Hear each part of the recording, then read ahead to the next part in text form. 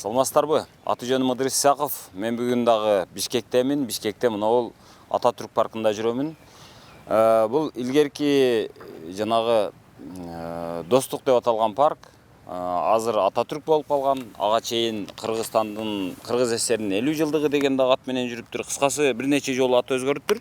Эми бул парк өзү 1958 жылы мындан 60 жылдан ашык мурун ушул негизделиптир. Бирок 1963 жылдары ушул жерде Бишкек шаарында окуган студенттердин күчү менен ушул бак дарактар отургузулган. Мына ушул жерден бир белгилей кетчү жагдай. Өзү Кыргызстанда, айрыкча Бишкек шаарындагы бир дагы парк, бир дагы бак бул жөндөн-жөн уюштурулуп калган эмес. Бизде бир дагы бак адамдын кол эмгегисиз өспөйт. Анткени бизде Кыргызстан күн өстү. Кыргызстанда оңой менен бир көчөт көктөп кетпейт. Аны бирөө эгиш керек, аны бирөө сугарыш керек, караш керек, кайтарыш керек. Ошондо гана ал монтип бак болот, дарак болот. Анан андай кылбасаң бак болбойт да. Негизи айтышат 100-150 жыл мурунку Бишкекти элестете турган болсоң, бул жер жөн гана теп-тегиз талаа болчу. Бул жерде бир дагы бак болгон эмес дешет. Анча-мынча сайда, анча-мынча ошо жарда, кашатта, бир кокту колотто гана суунун боюнда анча-мынча талпал болгон болушу мүмкүн экен. А бирок монондой капкара ошол бир чоң-чоң бактар болгон эмес экен да. Москвада адал эмгек менен алектенген ар бир кыргызстандыктын көңүлүн бурабыз. 10 жылдап жыйган мүлкүңүздү сүрсүтпөңүз. Батирден батирге көчкөндө жүгүңүз чачылып жоголбосун. Жыйган терген оокатыңызды айылга, апаңызга, бала чакаңызга жибериңиз. Москвадан салган аманатыңыздын амандыгын Жылдызбек жана Ильязбек аттуу мекендештерибиз өз кепилдигине алышат. Сиздин жүгүңүз Ысык көлдүн Караколуна, бери жагы Баткендин Айдеркенине чейин аман жетет. Байланыш үчүн +7 977 955 2879 же +7 922 543 96 85 номерларына чалсаңыз болот. Жылдызбек менен Ильязбек алыстан салган аманатыңызды айылыңызга аман алып барышат. Биз эми баягы Европага өзүбүздү салыштырбашыбыз керек, Россияга, Белоруссияга өзүбүздү салыштырбашыбыз керек. Анткени Белоруссияда, Орусияда, Европа өлкөлөрүндө климаты нымдуу болот. Ошон үчүн аларда өзүнөн өзү токой чыга берген. Токой. Алар токойду бузуп, анан шаар салышкан. А бизде шаарды салып, ошо шаар менен катар анан паркты дагы өзүбүз жасашыбыз керек. Колубуз менен, белибиз менен, билек менен жасашыбыз керек. Мына ошентип баягы Бишкектеги азыр мына парктардын баардыгы ошол адам эмгеги менен, адамдын колу менен мындай бир тер төгүп, мээнет кылып анан жасалган парктар. Андай кылбасаң бизде бак көгөрбөйт. Биздеги бактар ошон үчүн баалуу. Мисалы, Орусияга салыштыра турган болсоң, бүтүндөй бир эле паркы биздин бүтүндөй бир шаарыбыз менен, мисалы Бишкек менен барабар бактар бар. Сакталып калган. Ошону дагы алар коргошот. Ошол өзү чыгып калган бакты дагы коргошот. А биз өзүбүз кече ата-бабаларыбыз эгип берген нерсени дагы коргой албай, четинен уурдап келатабыз. Уурулуктун дагы бир белгисин айтып берем, мынаны караңыздар эми. Наркы жакта мэрия айтып атат.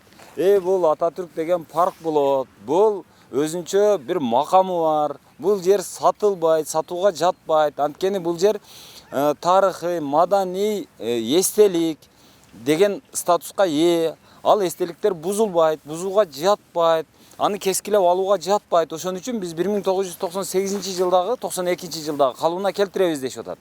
Көрсө 1992 жылы Өмүрбек Абакиров деген Бишкек шаарынын мэри Ататүрк паркын ошол 107 гектар деп жанагы чегарасын бекиткен экен, атайын токтом менен. Ошол бойдон турат. Ал токтомду эч ким жокко чыгарган эмес. Жокко чыгарбай туруп эле берки жагынан четинен кесип сата беришкен. Эң көп саткан, ушул паркты бузган, ушул паркка кол салган мэрлердин бирөөсү бул Керимкулов экен. Азыр Керимкулов баягы эс алууда, ардактуу эс алууда пенсионер киши экен. Эми ошол көп пенсионерлерибиз азыр убагында кылгылыкты кылып коюп, кылжып менен бууп коюп, анан ошондо дагы уялбай, ошол мага муну наамды бергиле, мага тиги наамды бергиле, мага даңк медалын бергиле, мага Манас орденин бергиле дегендерден болуп калышат да. Анан ошол Керимкулов дагы ошондой оорудан четтемес экен. Ал дагы ошол оору менен ооруйт окшойт. Ал ушул Бишкек шаарынын ардактуу атуулу экен азыр. Эми карагыла. сатыш маселесине келгенде. Бир жагынан Бишкек мэриясы азыр айтып атат. Наркы ошол жанагы мыйзамсыз алынган жер, ошон үчүн мыйзамсыз алынган үйлөрдүн бардыгын буздурабыз. Бүгүн 20-майда деп атышкан. Бүгүн 20-май болду. Мен аны күттүм. Бузсаң бузганыңды көрөйүнчү кана дедим. 2-3 күндөн бери Бишкекте күтүп жатам ошону. Анан азыр чалсам Бишкек мэриясы айтып атат, али таң ата элек, сен эрте эле туруп алыпсың, техникалар келе элек, эч нерсе баштала элек. Эми мен ага чейин сиздерди ушул парктын жалпы географиясы менен тааныштырып берейин. Мына жогору жагы бул Ынтымак парк деп бөлүп коюшту, бирок Ынтымак парк деле ушул Ататүрк паркынын бир бөлүгү болчу. Урматтуу боордоштор, Орусияда Айдент аттуу клиника бар. Ал клиникада накта өзүбүздүн дарыгер жигит кыздар эмгектенишет. Ошондуктан Айдент клиникасына эч кооптонбой кайрыла берсеңиздер болот. Бардык 12 мүчөңүздүн саламаттыгын камсыздоо үчүн бул клиника жалаң жаңы жабдууларды жана адистердин эң мыктыларын топтогон. Клиника апта бою таңкы 9-дан кечки 9-га чейин эс албай иштейт. Дареги Москва шаары, Текстильщик метросу, Люблинская көчөсү 17, 3-корпус. Баса, менин атыман барган бейтаптарга арзандатуусу да бар. Айдент сиздин саламаттыгыңыздын сакчысы. Абоненттин аппараты өчүрүлгөн же аймактан сырткары. Кечирээк чалып көрүңүз. Аппарат абонента выключен или недоступен. Азыр бул номурга чалдык, чалсак абоненттин аппараты өчүрүлгөн дейт. Эми кандай болсо дагы бул жерде эми 4 бөлмөлүү квартира сатылат деп жазып коюптур. Бирок мына жерде жергиликтүү ар бери өткөндөрдөн сурасам, бул колдон колго өтүп, анан акыры былтыры ушул жерге курулуштун баягы котлованы казылды дейт. Ушул жерден мен мэрияны айтат элем да, бир жагынан ушуга окшогон азыр сатылып аткан жерлерди токтото албай туруп, анан аркы жакты бузабыз деп атасыңар. Бузгандан мурун өзү бир нече күнөөкөрдү аныкташ керек. Аларга соттун чечими чыгыш керек, айыбын мойнуна коюш керек. Мисалы, кайсыл кызмат адамдары саткан? Буларды өздөрү барып жанагындай кылып алган эмес да, басып алган эмес. Токтомдордун негизинде алган, кайсы бир чечимдердин негизинде алган. Мына ошол кишилерди, ошол токтомдорго кол койгон кишилердин бардыгын жоопкерчиликке тартып, күнөөсүн мойнуна коюп, андан кийин аларды соттогондон кийин ошолордун мойнуна же болбосо биринчи кожоюндардын мойнуна ушул үйлөрдүн бардыгын сатып алып мэрияга өткөрүп бересиң десе, мен түшүнөт элем. Ошондо бир мыйзамдуу болот элек. Жана Ташиев айткандай, укуктук мамлекетте бир ошол укуктук мамлекеттин айрым параметрлери ошондо сакталган болот эле. Анан жөн эле келип туруп кечээ бердиң, анан бүгүн келип туруп кайра алабыз дей берген. Бул дагы туура эмес нерсе да. Анан эми макул. Эми азыр угушума караганда Бишкек мэриясы кечээ бир нече күн мурун жарыя берип, ушул 20 күнү булардын бардыгын сыноос кылып баштайбыз деп алып, бүгүн жок экен. Кайра кайтып кетиптир. Техникалардын бардыгын отбой кайткыла, бүгүн бузулбайт дептир. Анан бул кечеги жанагы пакистандыктарды токмоктогон баягы миңдей ошол бейбаш топтон чочуп кеттиби бийлик, мен билбейм. Кыскасы токтотуптур азыр угушума караганда. Анан ушудан улам сөз да, макул. Эми буга тишиңер өтпөйт экен. Буга күчүңөр жетпейт экен. Мүйүзүңөрдү сындырып коет экен. Ошондой болсо, жок дегенде мынага окшогондорду токтотуп, андан сырткары аркы жакта мисалы жанагы Азербайжан паркынын өйдөсүндө жанагы байлар жашаган бир квартал бар. Ошонун астында бир нече гектарлаган жер турат. Ошол жер илгери парк болчу. Бир нече жыл мурун келгенимде ошол жерде кадимкидей монотип чымчыктар сайрап, жанагы асты көлөкө адамдар эс алып отурган жер болчу. Азыр ошол жок, куурап бир мазардай болуп жатат. Жок дегенде ошолорду барып жандандырбайсыңарбы, ошол жерге акча салбайсыңарбы, ошолорду мисалы бир мисалы Япония мисалы элчилигине бересиңерби, өзүңөр күчүңөр жетпесе, же Индия элчилигине бересиңерби, же Кытайдын элчилигине бересиңерби, ушул жерге мисалы Мао Цзэдундун жанагы эмесини эстелигин койгула дагы ушул жерде өздөштүрүп бергиле деп көтөрүп кетмек беле. Же ошондой кылгыла, же болбосо жок өзүбүз кылабыз десеңер, мына биз намыстуу кыргызбыз, манастын тукумдарыбыз, эч кимге жерди бербейбиз десеңер, анда өзүбүз кылгыла. Кылышыбыз керек эле. Жок, андай жок. Кыскасы эми ал болор иш болуп атат. Мына жагын карагыла. Мына котлованды казып таптаяр кылып коюптур. Колдон колго өтүптүр бир нече жолу. Наркы жакта бузабыз деп атса, бул жакта салам деп турат бирөө аттанып. Негизи кыргыз чиновниктеринин ушунчалык ыпластыгына чек жок да. Ушул паркты аралап кирет экенсиз. Мына жакта жерлерди бөлүп салган бүт ошол Ататүрк паркынын жээги десек болот. Анан ушул жол аркылуу кирип, парк аркылуу, парктар аралап кирет экен. Мына уксаңар, мына шаардын ичинде ушинтип чымчыктар сайрап турса жаманбы? Жакшы эле го. Азыр ушунун баардыгын мындай чоңдорубуз четине жок кылып сатып, кертип жеп аткан учурлар да эми. Мына бул үй, бул илгери ушул парктын өзүнүн жанагындай чарба кызматкерлерине салынган үйлөрү болсо керек эле. А мына жагы уже сатылган уже. Мындан баштап кадимкидер баягы байлардын кварталы болуп калган. Так, мына жакты карагыла. Наркы үй курулуп тур, бул үй курулуп тур, бул үй курулуп тур. Булардын баардыгы ошол парктын ичине курулган үй десек болот. Анан булар эртең жарыя берет да.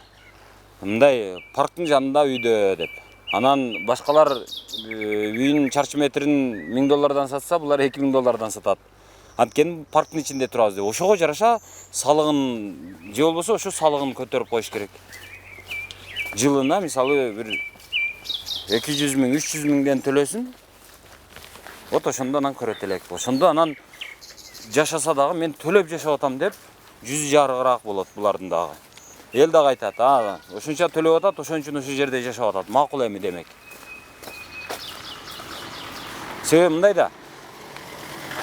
Парктан алыс жерде жашаган адам паркка балдарын алып келип, үй бүлөсү менен эс алыш үчүн бир нече пробкада турат, бир нече светофордон өтөт, бир нече убактысын бөлөт, алып келип мына жактан парковка издейт, анан кийин келип, ушул жерде балдарын эс алдырып кетет.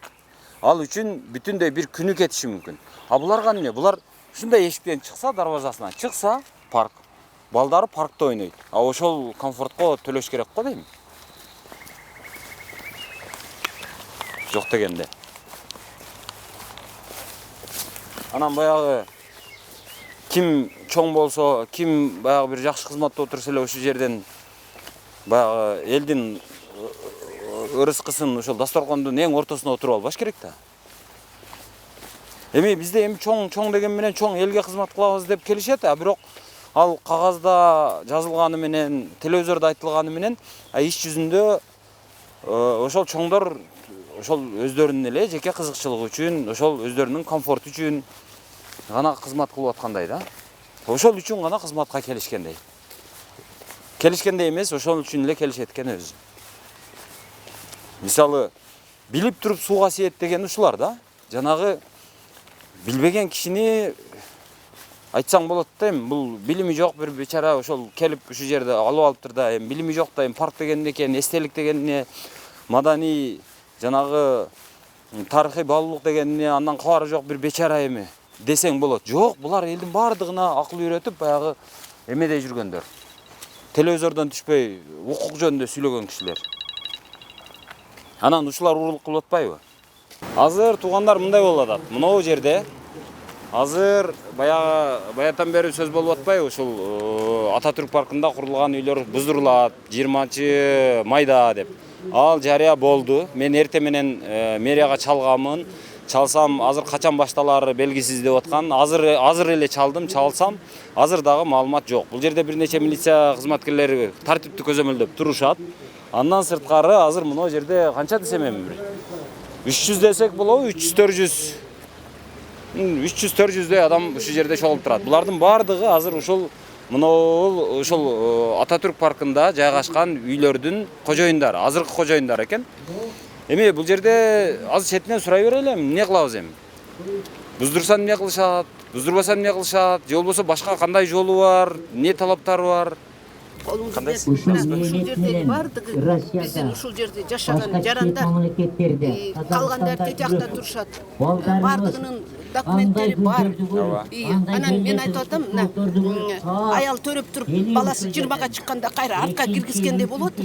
Бул болбойт, туурабы? Точно ушундай эле. Азыр айтканчы, мына ушул жерделердин баары. Бүгүн жумушка да барышкан жок, балдарын садикке да, балдарын школго да жиберген жок. Мен сиздерди үйдөн издей бериптим, наркы жактан ар бир үйдү басып чыккан. Бардыгы ушул жактабыз. азыр мына. Уже бир жолу эме точка коюшубуз керек, антпесек болбойт. Күндө эле тиги түнү менен уктабай эле жүрөгүздү оорутуп, больницага жаткандар больницага жатат, давлениясы түшпөгөндөр түшпөй жүрөбүз. Ооба. Анан мына жакшылап туруп эме кылсаң, мына мен айтып атам, давайте комиссия создавать. Ар бирдин документи эмнеден башталганынан баштап бардыгы бар. 5-чи, 6-чы, 10-чы хозяиндер бар экен. Аны талага таштап койгон болбойт да. Мына, пожалуйста, башка жерде деле участоктор толуп атат. Парк жасагангачы. Анан турган нерсени бузган, это болбойт. И закон боюнча биздин документтерибиз бардыгы ордунда. Мынакей. Биз 100 эмес 200% айтабыз, что бардыгы бизге эч ким государстводан бесплатно рахмат алган эмеспиз. Ар кимдин сөзүбүз иштеп. Мына айтып атабыз, эмигранттар деп. Бардыгы байкуштар эмигранттар экен ошол жерде. Почти 80%. А калганы ушу местный бизнесмен тиги булар. Булардын арасында сакалдуусу мен экен. Ооба. Мен көп жылдан бери аракет кылып келатам да Кыргызстанды кантип жакшылдандырыш керек. Азыр президенттерге жазган каттарым бүт жоопсуз калды. Анан азыр тиги Аки преске да чыгарган мындан 12-апрелде. Азыр мен сага которсом болот да. Эми мен сунуштаган технология Кыргызстан боюнча эч ким пайдаланган жери жок. Могу жашыл мурас программасы жөн эле эме болуп калды да, баягы акчаны котормой. Тиккен бак дарактын баары 90% куурап калды. Мен Жайыл районунда турам. Ошондо тигилген Кара-Балта, Сосновка жолундагы бак дарактар толугу менен куурап калды. Мен сунуштаган технологияны пайдалансак, Кыргызстанды бир жылда 5-6 миллион көчөт өстүрүүгө мүмкүнчүлүк болот. Мен ошону сунуштап президентке да Аки пресс аркылуу кайрылдым. Жоопсуз калды. Мен таң калам да. Эгер мен сунуштаган технологияны пайдалансак, бүт кыргызстандыктар өстүрсө, ошондо биз 2-3 жылдын ичинде жашыл мурас программасын толугу менен аткарабыз да. Эми кыргыздарга Кудай жаңгакты мистени белек кылып берген экен. Жаңгакты өстүргөн абдан оңой нерсе да. Сууну көп талап кылбайт. Келечекте түшүм берет. 5 жылдан кийин түшүм бере баштайт. А 20 жылдан кийин 50-60 килограмм түшүм берет да, Кыргызстандын экономикасын көтөрөт. Садыр Жапаров мырза, өзүңүз айтып аткан демилгенин азыр кесепети азыр кандай абалда экенин бул киши айтып атат, ошону угуп койсоңуз жакшы болот эле. Саламатсыздарбы? Эжеке, бүгүн азыр чогулупсуздар. Ошондо азыр сиздердин талап эмне болуп атат эми? Биздин талабыбыз ушул, үйлөрүбүз түзүп калтырсын. Биз бул жерде жашоочуларбыз да. Калтырсын. Кече жанагы Талиев айтты, үйлөрдү калтыралы, бирок салыгын көтөрүп коелу, за комфорт төлөсүн деп атат. Кандай карайсың? Мен билбейм, аны кандай караш керек. Төлөгөнгө даярсыздарбы? Ким билет эми кандай болуш керек? Мисалы жылына бир Каличева Муралиева деген укук коргоочу айтып атат ушу парктар боюнча. Ал бир жылына бир 200 000 сомдун тегерегинде салык чыкса жакшы болот. Мен квартирада турам ал жерде. Мен үйүмө, мен частный үйдө турбайм квартирада. Кожоюнуңузга көрмөн болуп келдиңиз? Жок, кожоюнум жок. Кожоюнум жок. Жок, ал квартирада жанагы клубный үйдө турам. Мен частный эмес. Саламатсыздарбы? Саламатсызбы? Көп кабаттуу Сиздер мына жакта көп кабаттуу үй беле? Бурчтагы. Кандайсыз? жакшы. Азыр сиздер эмне талап менен чыктыңыздар? Биздики ошол баягы үйүбүз Көп кабаттуу үй салынган. Кайсы компания салган аны? Ихлас компаниясы салган. Биздики 10 кабаттан турат. Андайдан 3 подъезд, 250 квартира, 1,5 миңге жакын жашоочуларыбыз бар. Анан ошол уведомление келип, ошондон бери эле ушундай Бошоткула деп атат. жерди бошотуп койгула деп уведомление ушундай жазылган да. Жерди Ихластын өзү менен байланышып көрдүңүздөрбү? көрүп атабыз алар Не менен. дейт алар? Биз дайыма силер менен чогуубуз дейт, дайыма силер менен. Эми биз Башка жерден башка салып беребиз дейби? жок, андай нерсе боло элек, эми баягы жер арыз бар, соттун решениясы. Жо, негизи ал үйдүн жанагы жерге салган компания катары. Сатып алган. Жерди Ихлас сатып алган биринчиден. Анан мамлекеттен уруксат алып туруп анан үйдү салды. Ошондо силер менен биргебиз деген. Өзүнүн мыйзамына өзү каршы чыгып эле болбойт да бул туурабы? Бизде ошондой да. Бизден бир мэр келсе, экинчи мэр ага каршы токтом чыгарат. Анда мэр кетет да. Бул кетсе анда токтоп калат, Кийин дагы башка мэр келсечи, Ал дагы баштасачы. Ага чейин дагы эмне болот, эмне жок, мына көрүп атасыңар го. Күндүгө сел ташкын болуп атат. Жанагы Жер титирөөлөр болуп атат. Ушундай боло берсе ушунча адамдын жаш балдары менен кары картаңдардын каргыштары тиет мэрге эмне болот эле? ошондо мэрди сел алып кетеби эмне болот? Билбейм эми. Аллах жазасын берет да ушунча адамды көчөдө калтырып. Андан көрөчү бир ушул адамдарга бир 4 сотук жер бере албай атат. 4 сотук жер үчүн канча жыл чуркап жүрүп аласың. Буну адамдар өздөрү иштеп, өзүнүн маңдай тери менен ошол нерсени сатып алып атышат ушул үйдү. Сиздер белки көп кабаттуу үйдө Ооба, турасыздар. көп кабаттуу үйдө. Жер алайын десең бербейт. Жок силерге, жок силерге жок. Анан кийин ушинтип квартирадан ушинтип сатып алсаң анан кийин бузулуш керек. Өзүм неге башында уруксат берет? Канчадан 20 жыл сатасың? мурда каякта калды? 10-чу этаждамын. Метр квадратын канчадан алгансыздар ошону? $1000 алгам. Азыр 2000ге чыгып калса керек. Чыкпайлы. Саламатсызбы? Кандайсыз? Кандай? Мен болгон дагы дел ошол 1200. мен эми сиздерди кичине ошентип мындай чукуп суроо берем. Андай чукуп суроонун кереги Анан- жок. Итак биздин да. Жо эми берсин да эми биздечи мамлекеттен элден жашыра турган эчтекебиз жок. Кептин баары ошондо болуп атат. Биз мына маңдай тер менен тапкан акчабызга Сиз канчанчы кожойсуз? келип бу жерден жер алып атам мен. Жерди алганда бардыгы эле Госрегистрден реклама каттап менен, берген. реклама менен издеп табасың да, анан жолугасың, көрөсүң, жакса сүйлөшөсүң. Ошентип алгам да мен дагы. Анан барып госрегистрден бердим ага. Госрегистр деген мамлекеттик орган да. Ошолорго ишен элдин баарында красный книга деп коет го. Орусча айтат баары анда кызыл китеп деп. Красный книга үчүн биз өмүрүбүздү берип иштейбиз го. Шуну алсам, ушу бала чакам менен ошо жерде жашасам, ата энем менен жашасам деп ошондой менен алгам да мен. Азыр булардын ою мындай окшойт.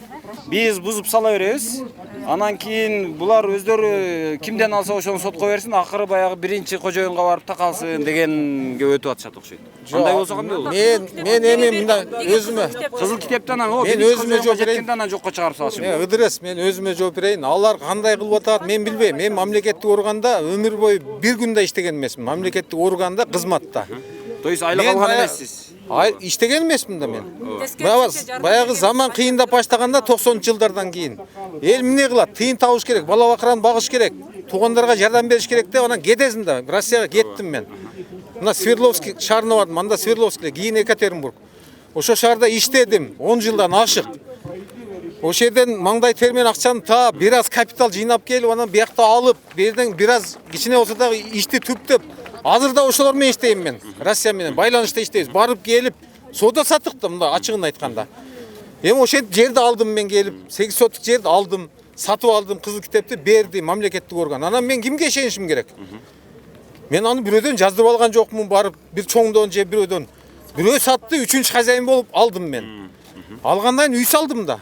Үй салдым, баарына эчтеке дебей туруп эле анан кийин эми үй бүтүп жашап аткандан анан туруп туруп эле бир күнү мэриядан чыккыла 30 күндө деп илип коюп кетип калыптыр. Анысына да кол койдурбаптыр. Илип коюп эшикке кетип калыптыр элдин баарына эле. Анан ошондон бери аңтаң болуп жүрөбүз да биз. Эмне кылышыбызды билбей.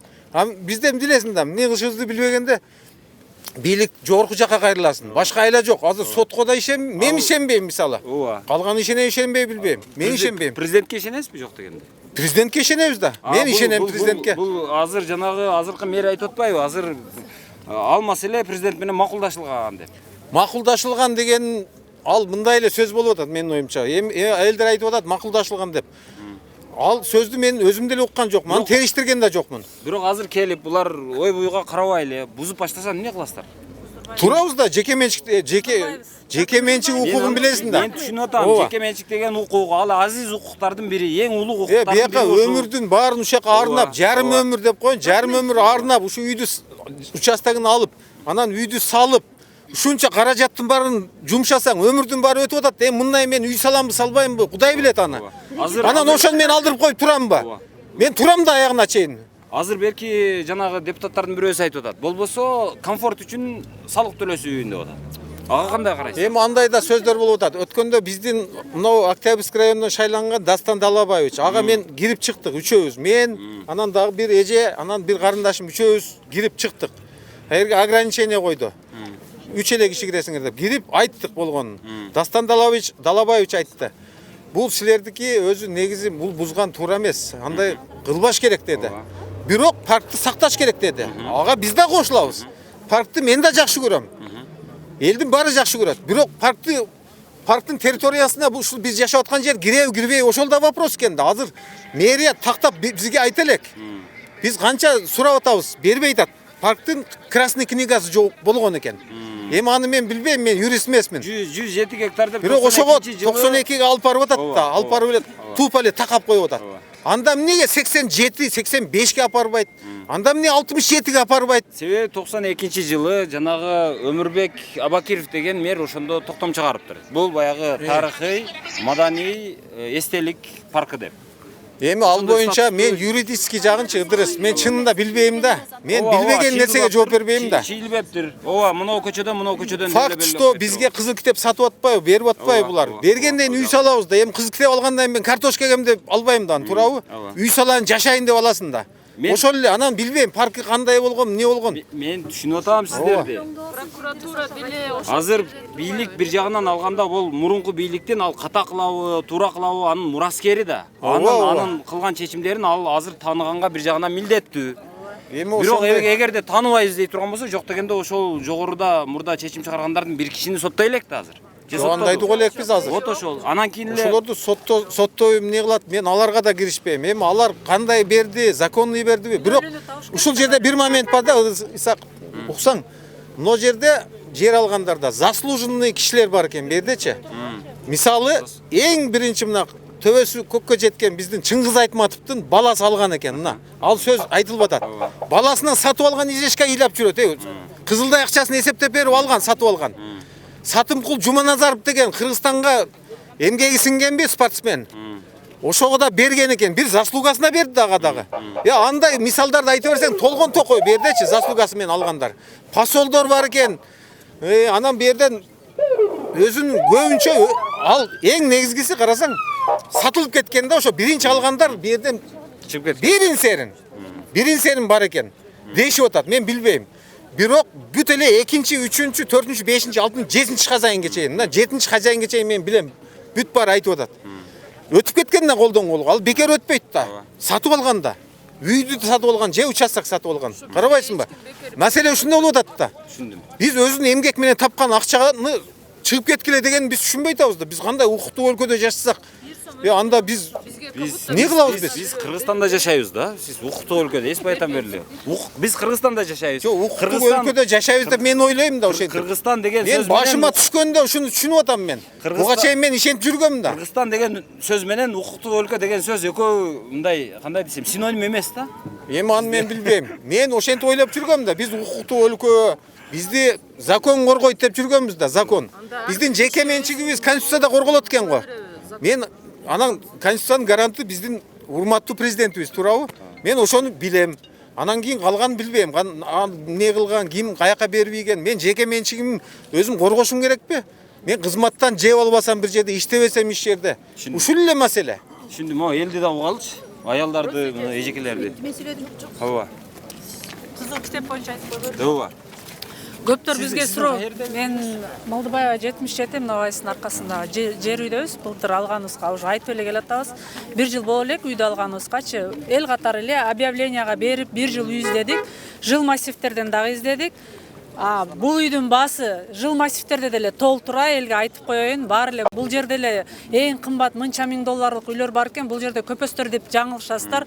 Азыр Бишкектин көп жеринде мындай кымбат үйлөр көп да, хан сарайлар көп эле. Себеби эл Кудайга шүгүр өздөрү иштеп, аракет кылып, бизге окшоп базарда жүрүп, иштесең тиштейсиң. Аракет кылсаңар, иштеп алсаңыздар болот. Анан баары эле айтып атат, кызыл китеп боюнча эмне силер мурунку хозяиндерге барбайсыңар депчи. Биздин хозяинден да, госрегистрден дагы хозяиндин укугу улуу эмес да. Мен хозяинге эмне деп барам азыр? Сен мага эмне саткансың бул үйдү, акчамы бер деп барбайм да. Себеби хозяинден чоң закон турат. Конституция турат. Госрегистрдан бизге мындай документ мына деп кол коюп берген. Биз ошол жерге барганда акчаны берип атканда сураганбыз. Проблемасы жок бекен депчи. Териштиргенбиз. Биз деле 25 жыл Россияда иштеп келдик. Ойноп эле келип эле мөңөнтүп эле алып алган жерибиз жок. Издендик, карадык, бул үйдү карадык, ал үйдү карадык. Өзүбүздүн жашоо шартыбызга ылайыктуу, жакшы жашагым келет адам баласы болгондон кийин балдарым 5 балам бар, многодетная. Балдарымдын мектебине жакын болсун, шаарда өстөрү барып келип кетсин. Мен бир жумушум Екатеринбургда бир жол менен жүрүп каламын деп ушул жерден үйдү жактырып алганбыз.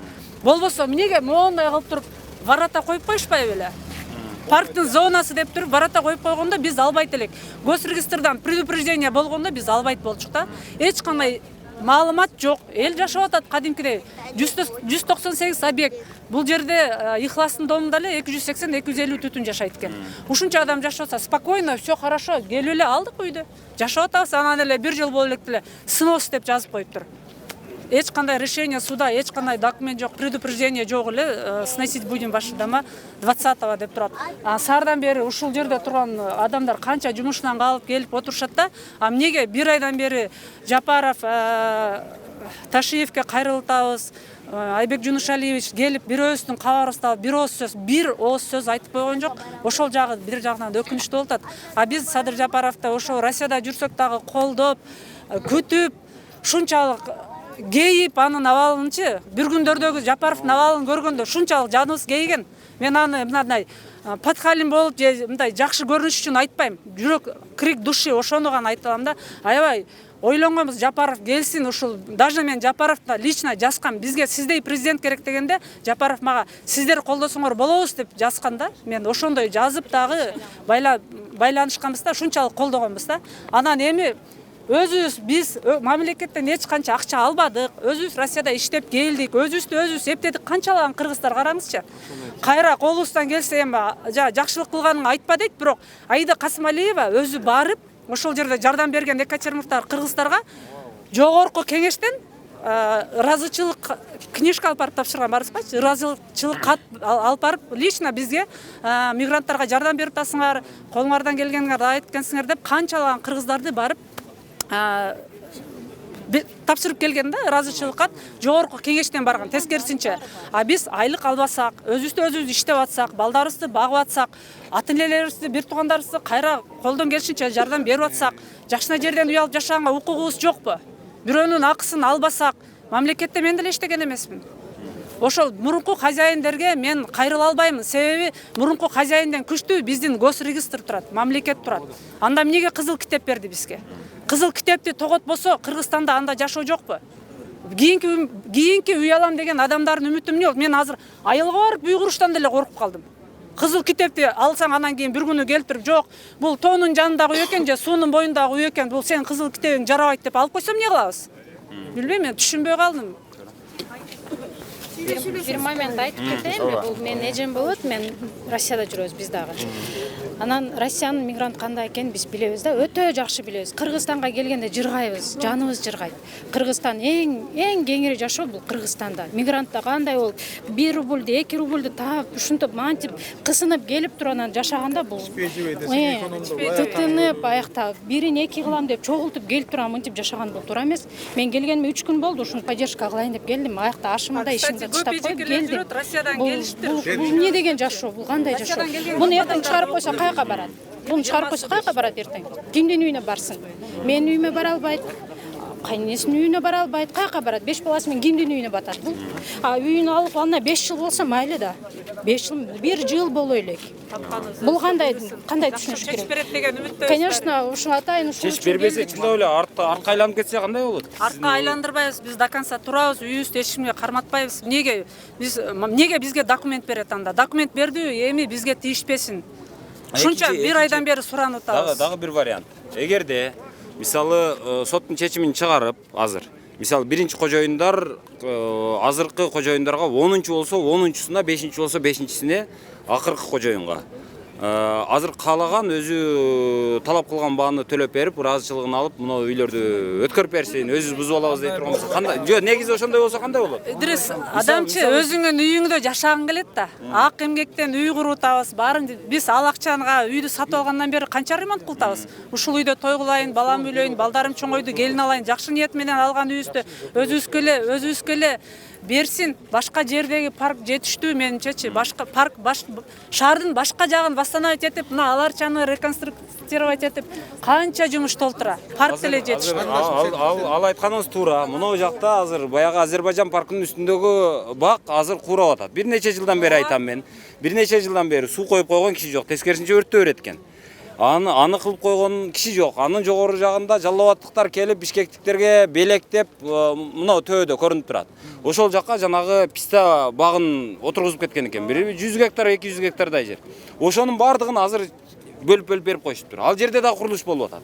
Бир жагынан эми сөз болуп атат. Эми Садыр Жапаров мен кече дагы айттым. Садыр Жапаров президент катары демилге көтөрүп атат. Мына жашыл мурас деп жана бир программасын жарыялады. А бирок ошол эле учурда мына жакта мындан бир 40-50 жыл мурун азыркы ошол үйдү салып аткандар али төрөлө элек болсо керек эле. Ошолор келип анан азыр баягы жерди оюп, баягы дарактарды көп жылдык ошол писта бактарын оюп эме кылып атышат да, бирде курулуштарды куруп атышат. Эми бул жагынан алганда, эми сиздердин бул айтканыңыздар дагы туура. Эми экинчи дагы бир суроо. Бузуп аткан делесиз. Эми мени жаман көрөсүздөрбү, жакшы көрөсүздөрбү, мен бир нече вариантты сураганга аргасызмын. Кече жанагы бир депутат чыгып айтты. Ким эле? Камила Талиева деген.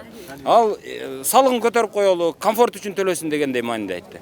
Андай кылса кандай болот? Негизи жок дегенде ошого макул болосузбу? Жок, мындайда бир эле Кыргызстанда эмес, негизи эле башка мамлекеттерде деле ар бир райондун өзүнө жараша коэффициенти болот. Даже налог төлөгөндө да, мисалы по работе да. Бул жерге өзүнчө коэффициент коюп эми аны мен ойлойм да, жашоо шартка ылайыктап, эми баягы бир эжек айтты, 1,5 миң сомдон төлөсүнчү, ошолор кандай болот экен депчи. Андай даражада эмес, эми обычный жилмассивтерге караганда бир аз карап берсе, биз ага деле макул болобуз. Чем сынайсыз эткенден көрө. Мен ушул эле сөз. Бирөө жакшы көрсө, жаман көрсө, жаман көрсө. Ооба, ал эжекке баягы мындай баасын айткан жок. А бирок башка бирөө айтып атат, мисалы баягы укук коргоочулардын бирөө, эми ушул жерден укук коргоочулар дагы бир жол жаман көрөсүздөр. Мурда парктардын директору болуп жүргөн жанагы Каличо Муралиева. Ал айтып атат, бир болжол менен ар бир үйгө ошол 8 сотук жерге, 8-10 сотук жерге бир жылдык салыгын бир 200 миң сомдун тегерегинде кылса. Байгедей кылып бөлүп баштайбы анда. Байгедей эмес, комфорт. Мыйзам баарында бирдей иштеш керек да. Бул жерде жалаң эле чоңдор. Мен эми сурайм ошо. Тура эле. Эми өкмөттө иштеген мурдагы чиновниктер жашап атат. Булардан эми жана блогерлер, эмелер карапайым элдер ойлоп атат да, бу жерде жалаң байлар жашайт, булардыкын алыш керек, только талкалаш керек. Алыш керек. Азыр жаман негатив жакка элдин көбү тез ойт да. Анан мен өзүм мына өкмөттө чын-чынына келгенде бир күн дагы бир таможняда же чын-чынына келгенде мектепте пионер вожатыйда болгон эмесмин. Мен 18 жыл Алматыда жүрдүм. Жанакы ыйлаган менин апам. Ошол апамдарды ошо тоодан Каракулжадан алып келип, ушул жерден үй алып бергенбиз. Москвада 5 жыл жүрдүм. Бир күн мамлекеттен 1 сом айлык ала элекмин. Бул жерде Кыргызстанда жүрүп 1 сом акчада таба элекмин. Төлкө тапканыбыз, бир тууган 10 балабыз. Бардыгыбызды мен үйдө эң чоңмун. Алматыда, Россияга ушул жактан жан үйүздө багалы деп окугандай эмесмин. Окуганга да шарт болгон эмес. Ошол жактан акча тап, анан кийин кичине топтогон акчабызды ата энебизге ошол жерден үй алып бергенбиз. Анан бул жердеги мисалы үчүн мен досторум айткан, анан Дордойдун чети, аяк бияк мына сама захват кылган жерлерден деле алсам болчу экен. Документ берчи. А бул жерди мен өзүмүн акчама топтогон машинабыздан бери сатып, карындаштар ушу атабызды жайгаштырып бизге орду болсун деп анан алсак, анан кел о мезгилде бул жерде биз алган мезгилде Садыр Жапаров башка жакта эле бензин сатып жүрүшкөн. Ташип да бензин сатып жүргөн. Мен болсо тригел кылып жүргөнмүн. Ошондо кайсы жыл алган болуп каласыз? Биз ол 2018 алганбыз. Мына менин апам. Анан кийин ошол туура эмес да бул. Бул биздин өзүбүздүн мээнетибизди бул жерге алган белеңиз, жер алган белеңиз. Ата энебизге алып бергенбиз. Жок, негизи үй беле же жер беле деген. Үй бирок ремонту жок мында. Биз эмеден алганбыз. Жанакы эмеден алганбыз. Алып койчубуз. Саламатсызбы? Кандайсыз? Аябай сүйлөп ыйлап атат. Бизде азыр мыйзамдуулукту орнотобуз деп мыйзамсыздык кылып атышат. Биздин конституциялык укугубузду бузуп атышат. Биздин техпаспортубуз бар, договор купли-продажи через госрегистр оформленный бар. Ошону карабастан постановление менен бизди чыгарып атышат да. Биз бүгүн чыгышыбыз керек. Алардын постановлениясы, уведомлениясы боюнча чыгышыбыз керек. Ошол мен ошол мэрден сурагым келет. Постановление бийик турабы же конституция бийик турабы? Ал билиш керек да. Биринчи териштириш керек. Неден башталды? Ким жерлерди берди? Кантип аларды биринчи мыйзамдуулукка чакырып, сотко берип, териштирип, анан кийин уведомление бериш керек да. Булар астынан баштабай эле, үстүнөн эле баштап эле бизди эмнеге мындай жөнөкөй адамдар, постоянно жөнөкөй адамдар ушул бийликтин немесин өздөрүн между собой чече албаган нерселерин жөнөкөй элдер чечип мындай на себя вот этот удардын баарын өзүндө алыш керек. Неге? Биз деле мына Россиялап, Казакстандап, менин иним до сих пор Казакстанда иштеп жүрөт. Биз бул үйдү котловандан сатып алганбыз. Техпаспортун алганбыз, ремонтун биз 1 жылда кылып бүткөн жокпуз. Ошол 2 комнат үйдүн биз 2 жылда ремонт кылдык ошол үйдүчү. Анан кийин Россиядан келип эми жашаганда эле ушундай маселе чыгып атат да. Ал андай экен убагында ошондой мораторий коюп коюшпайбы? Бул кандай деген Кыргызстан болуп атат да. Мурдагылар кылып коет, азыркылар анда мэр болуп келдиби, мурдагылар үчүн да жооп берсин. Азыр мына жерде азыр биз 3 адам чогулуп турат, мен көргөзүп коеюн. Бул баягы Ататүрк паркындагы ошонун четине салынган үйлөр боюнча экен. Азыр бүгүн Бишкек шаардык мэриясы жарыя кылган ушул жерлерди сүрдүрөбүз деп. Булардын ар биринин дарбазасына ошол 30 күн ичинде үйдү бошотуп койгула деп жанагындай кат таштап кеткен. Ошонун негизинде азыр адамдар бүгүн чогулуп турушат. Саламатсызбы?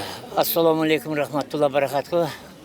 Урматтуу бир туугандар, бүгүнкү мына ушул жердеги Ататүрк паркында чогулуп отурган бир туугандардын бир гана максаты менен бүгүн чогулуп отурат.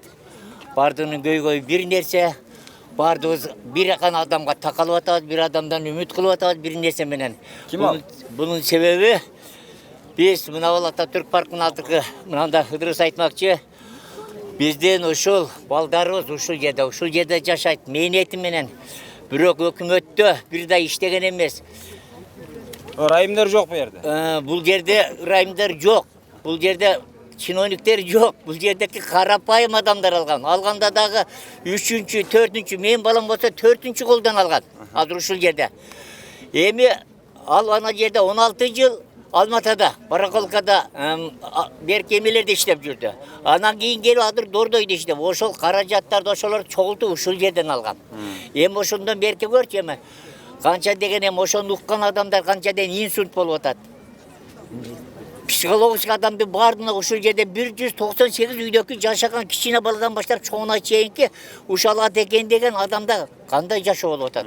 Күнү түнү эшикти ачылышты ким келип атат? Сырттан караса келип кетип атат. Кайсыл адамдар келип атат? Эмне экенин? Ошон үчүн мына жердеки бизди Бишкек шаарынын мэриясына караштуу 45 депутат бар. Ушул жерде. Ушул 45 депутат алып келип ушул жерге келип ушул адамдар менен келип сүйлөшүп, силердики мынандай болуптур, закондуу жолдо силердин кызыл китебиңер бар. Конституцияда укуңар корголот, милдеттүү түрдө. Анан мындай кылгыла, мындай деп жок, бири да келген жок бул жерде. Бул жерден бир гана ушул шаар мэринин чыгарган токтому гана ушул гана болуп атат. Эми бизди кайрыла турган ар бир адамдын укук милдети бар. Кандай укуктарыбыз бар Кыргызстанда. Шайлоого, эс алууга, баардык нерсеге биз укуктуубуз. Анан ал жактан өкмөттөн калганда биздики да коргош керек. Ошонун гранты бизде бир гана Садыр Жапаров, өзүңүз айткансыз, бир гана адам болот, мен силердин грантыңармын деп. Ошо грантты ушул Садыр Жапаровтан ушул турган эл, бүгүнкү чолгон элдер сурайт. Кепилдик сурайбыз биз. Ушуну туура жагына чечип берүү жагын сурайбыз биз. Туура жагы деген эмне деген ал? Туура жагы дегенде ушул үйлөр бузулуш керек эмес. Бузулуш керек эмес. Эгер ушуга күнөөкөр болсо, мурункудан болуп турганда, канчанчы жылдан баштап ошол баягы токтомдорду, мэриядагы токтомдорду бул жактарга караштырып, салыштырып, ким күнөөлүү, ким кайсы мезгилде, кайсы мезгилде ошолор тактасын. Тактап азыр күнөөлүүлөрдүн бардыгын камасын. Керек болсо алдын ошол жанагы өмүр боюна чейин кессин дейли. Андан сырткары жанагы биринчи кожоюндарды айтып, ошол кимге саткан болсоң, ошодон кайра үйдү сатып алып, анан бизге тапшырасың десе кандай кыласыздар? Эми мындай да. Сатасыздарбы ошондо? Мисалы эми бир Кандай болгондо дагы бир тооккана салсаң да тоокканаң бузулбасын дейт. Кандай мээнет кылып ушул үйдү салынган. Бул жерге кандай ысык суук, жакшы жаман сөздөрдү алып үй бүлөсүндөгү кандай сөздөр менен, бир туугандар менен, ата-энелер менен, жетишпестер менен салган бул үйдө. Ар бир үйдүн канча салган ошол алган эмесине чейин эми ошол бузулуш керек эмес. Ошону кармаш керек. Эми ушундай чындап эле туура биз кошулабыз. Ушу Бишкек шаарын көркөндүрүп, жашылдандырып бизге керек болсо, мына Бишкектин тегеренде желе турат. Ошол жерге деле эмне салып болот? Ошол жерге деле парктар салсак болот. Мен сизге бир подсказка айтып берейинби? Мына мисалы жанагы мисалы Салымбеков бир паркты алып бүтүндөй. Жанагы футбол талаа кылып отурат. Ошол эле Салымбеков наркы жакта жанагы Аламидин базарынын жанында дагы бир паркты алып, анын жарым базар кылып коюптур. Анан ошол канча бир нече жылдан бери кармап отурат экен. Ал жерди ошончо жылдан бери бир чырак коюп койбоптур өзү. Бирок ошол Салымбековдон ошол паркты сурабай атабыз. Андан башка 36 сквер жоголуп кетиптир. Аны сурабай атабыз. Анан сиздерден сурап атат. Ошол мэрдин ою эмне болуп атат ошондо сиздердин оюңуздар? Мэрдин ою бул жерде депутаттар менен көрдүң айтты. Депутаттар менен бул жерде эме кылган эмес бул. Депутаттардан суралган эмес. Бул өзүнүн гана токтомун чыгарып атат. Бир гана Садыр Жапаровдун ушу жашылдандыруу парктарды деген ошого таянды да бул жерде. Жок, жашылдандыруу деген ал эми өзүңүзгө тиешелүүнү айтып. ооба. Мына бул азыр парктар курап жатат мына жерде. Каралбай жатат, суу ичпей жатат. Жылда жолдун боюна кайсы жерлерге канча миңдеген бактарактар дегизип дагала калып атат.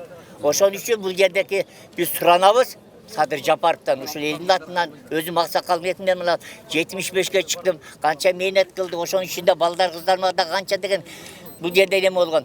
Ошон үчүн туура чечип берсин. Элдин эмесин туура чечип берсин. Себеби эл биз ушуну күтүп атабыз. Себеби элдин гранты Садыр Жапаров. Бир гана биз ошон менен ишенебиз. Ушул. Рахмат. Садыр Жапаровдон гана кимден адилет күтөбүз. Аябай сулуу. Кандай сижеке? Туура чечип берсин деп атат. Туура чечип деген эмне деген ал? Туура чечим мен туура чечимге чыгарып берсин дегенибиз, наверное, биздин мыйзам чегинде да биздин үйлөрүбүздү өзүбүзгө калтыруу боюнча сүйлөп атса керек. Мен бул жерде көп кабаттуу үйлөрдүн тургуну боламын. Интернет тармактарынан көп эле көрүп атабыз. Баары эле айтып атат, ал жерде чиновниктер жашайт, ой чириген байлар жашайт дегендей жашайт депчи. Азыр мен сиздин немен эфирдин аягында жительдердин үйлөрүн көрсөтөйүн. Ремонту жок. Азыркы учурга чейин ремонттун акчасы жок. Ал удобствосу карап алышкан элдер. Азыркы учурга чейин ремонту жок үйлөр бар. Эжелер Россияда иштеп жүрөт. Кредитим төрөй элек, мен Карина ушуну элге жеткизип койчу деп мага видеолорго өздөрүн тартып жөнөткөндөр бар. Биз бул жерде эң толук ишеним менен айта аламын да, добросовестный покупатели. Биз бул жерди строительный компания салып атканда бүт стандарт боюнча закондун ченеминде бүт документтерин тактап ошол документтердин артынан салынган үйлөр бул жерде. Баарыбыздын колубузда техпаспорттарыбыз бар, купля-продажабыз бар. Бүт документтерибиз биздики так. Түшүндүм. Анан өзү негизи бир жагынан алганда ошол Ихлас компаниясына ошол курулушка уруксатты берген документтер бар да эми. Алардын бардыгын бардык документтер, эксплуатация документ. Мен лично эксплуатацияга берген документтерди мен лично өзүм көргөм. Бардык тармактан өткөн. Бизде бүт архитектурадан, глав архитектура, госрегистр, даже Тыныстанада кайсы немеле бүт немелерден өткөн да, кызматтардан өткөн ар бир документтин астында где-то адашпасам 10го жакын печаттары менен кол коюлуп өткөрүлгөн документтери бар.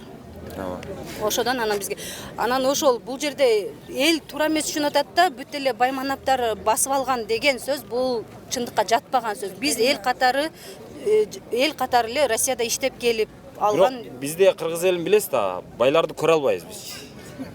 Кандай жол менен байыганда? Ошол ким бай болсо эле биз байлардын бардыгын жек көрөбүз, билесиз аны. Негизи бүгүн аябай ыраазы болуп атам. Сени көргөнүм үчүн сенин передачаңды всегда наблюдаю, потому что аябай грамотно, четко айтасың, туура жагын айтасың да. Анан эми ушунча киши бүгүн турабыз, көбүбүз аябай чоң болуп атат. Бул кыз Карина бул биздин Ихластын үйүнүн эң башында домкомбуз. Бул Роза эжекебиз азыр иштеп атат домком болупчу. Азыр биздин адвокаттар, юристтерибиз чуркап атышат биздин кагаздар мененчи. Баары закон түрүндө деп атат. Ихлас правительство айтып атат, что у нас все по закону. В то время, когда 11 жыл да, построился дом наш. 2014 Ошол моментте бүт разрешение берилген. Вот эксплуатация киргизген, өздөрү свет, өздөрү газ, бүт өткөзүп берген бизге. Туурабы? Мен өзүм жөнүндө айтсам, мен, например, бул үйдү 3 жыл боло элек толук калганыма. Ипотека түрүндө алдым, Идрис. Сен жана сөзүңө кошуп коюнчу, азыр элдер кандай эле бул ушу үйлөрдү көпөстөр эле алат, атка мини эле алат деп атат. Иштеген адамдар алып атат, Идрис. Кудай шүгүр, алып атышат. Анан кийин эми, например, я с помощью кредита взяла. Менин кагаздарымды больше 1,5 ай карашты банк госрегистрге жөнөтүп, тияка жөнөтүп. Они же проверяли все мои документы, туурабы, Идрис? Ошондо эмне үчүн ни банк не сомневался, ни госрегистр не сказал. Сиздин что-то участкаңыз сомнительный болуп турат. Албаңыз ал жерден. Эже башка жактан сүйлөшөлү десе деле, мен хорошо деп, я бы не хватало за этот участок. Негизи эле биз жаш кезде я выросла в микрорайонах. Могу гараждар келат эле, ойхлас жака келгенде эле таштагы эле жери жатчу биздечи. Биз ушакта секирип ойноп эле парктар жака кирип кетчүбүз да. Анан силер келип эле бактарды куратып, ихлас ушинтиптирди, я так понимаю, куратып, и мы вот такой заңгыраган там построили, да. Это нереально, Идрис. Бул деген эми закон түрүндө кылган үчүн, бизге кагаз берип аткан үчүн, биз законго ишенебиз. Билбейм, эми азыр сиз айтпайсызбы, Кыргызстан, это значит закон иштебейт деген мааниде айтып атасыз го сизчи? Эми сиз көп жерди көрүп атасыз. Эми бизде закон башка, анан реалдуулук такыр башкараак болуп калат да көп учурда. Эми ага көп эле жолу көп болуп келатам да. Идрис, в любом случае биз баягы мамлекеттен эчтеке сурабаган кишилербиз. Биз өзүбүз оокатты өзүбүз кылып жүрөбүз. Пособие сурабайбыз, бизге жер бөлүп бергиле, хотя по городскому им бизге положено. Да, вот мы сами как-то вот перебиваемся, живем, нактыл элдин баары ушундай. Бизде 1,5 мың киши жашайт, Идрис, үйдө. 1,5 мың киши. Аякта кемпир чалдар. Тем более меня назначили старший по подъезду. Мен азыр көрүп атам, эл менен сүйлөшүп, эми инвалидтерди аябай көп экен. Көп балдар да көп экен. Мен сиздерди түшүнүп атам. Мына көп кабаттуу үйдө жашайт экенсиздер, аны түшүнүп атам. Бирок мына я думаю, что наш дом, он... Я сейчас даже Идрис муктурами сүйлөбөчү. Эч кимдин үйү бузулбасын. Кимдин үйү бузулса, кому это жакшы болот? Это же бирөө туруп эле алган оокатынан келип ажырап калса, азыр мына 1 айдан бери мына угатабыз, кадимкиде аял кишилер арыктап атат, тамак жебей калдык деп атышат. Демек, на пользу кетип атат да. На пользу кетип атат кишине да.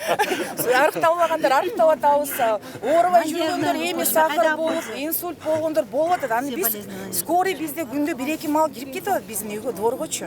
Эми анын баары калп эмес, анын баарын биз көрүп атабыз. Ошон үчүн мен бүгүн ушу биздин Садыр Нургоевичке, анан кийин биздин Камчыбек Ташевичке хотела обратиться. На самом деле, эми бул убакта азыр аябай сөз мода болуп калды. Сиздер азыр кайра ошол Ташиев менен жанагы Садыр Жапаровго кайрылабыз деп атасыздар да. Бирок мэр айтып атат.